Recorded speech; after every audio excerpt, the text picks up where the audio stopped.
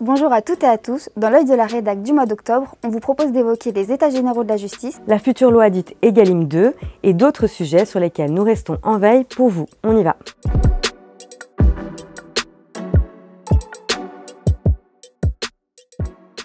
Quels sujets seront soulevés lors des états généraux de la justice? Et quel est le calendrier? Pour l'instant, c'est un peu silence radio du côté de la chancellerie, qui assure pourtant que ce chantier sera bel et bien lancé dans le courant du mois d'octobre, autour du 15 normalement. C'est Emmanuel Macron lui-même qui a annoncé la tenue de ces états généraux début juin, à la suite de sa rencontre avec Chantal Arens, première présidente, et François Molins, procureur général près la Cour de cassation, et tous les deux au Conseil supérieur de la magistrature. Face aux attaques répétées dont faisaient l'objet les magistrats à l'époque, notamment de la part de certains syndicats de police ou d'hommes politiques, ils avaient demandé à être reçus à l'Élysée. Qu'à cela ne tienne, le chef de l'État leur a promis des états généraux lancés à l'automne, à quelques mois de la campagne des élections présidentielles. Pour l'instant, la chancellerie ne communique pas sur ce sujet. La stratégie est d'attendre le jour du lancement pour obtenir toute l'attention des médias.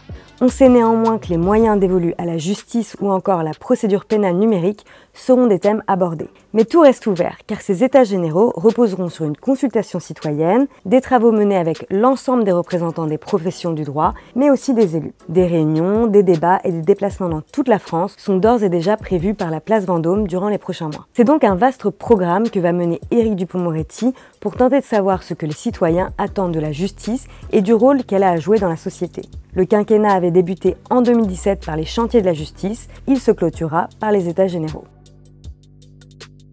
Autre sujet qui doit mobiliser l'attention des directions juridiques ce mois-ci, la loi Egalim 2. Lundi, les députés et les sénateurs se sont enfin mis d'accord sur le texte qui vise à mieux protéger la rémunération des agriculteurs. L'objectif était de combler les lacunes de la loi Egalim 1, adoptée en 2018, mais qui n'a finalement pas tenu ses promesses. Alors qu'est-ce qui va changer avec cette nouvelle loi? Déjà, tous les contrats de vente de produits agricoles entre un producteur et son premier acheteur devront être conclus par écrit sur 3 ans minimum. Des dérogations pourront être prévues par exemple en cas de vente au bénéfice des associations qui préparent des repas destinés aux personnes défavorisées. Sur les relations entre les fournisseurs et les distributeurs, le texte prévoit de mieux prendre en compte la variation du prix des matières premières agricoles dans les négociations. Du côté contentieux, un comité de règlement des différents commerciaux agricoles sera créé.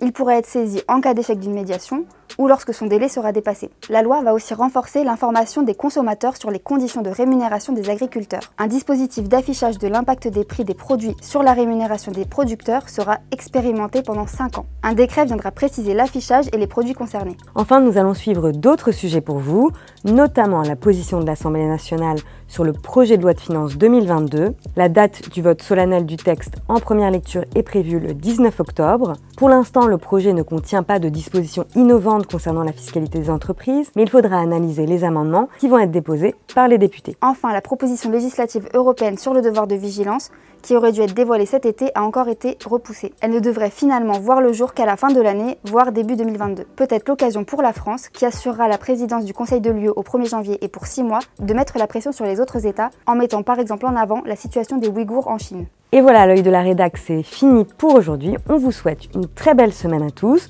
qu'on espère ensoleillée. Et on vous donne rendez-vous en novembre.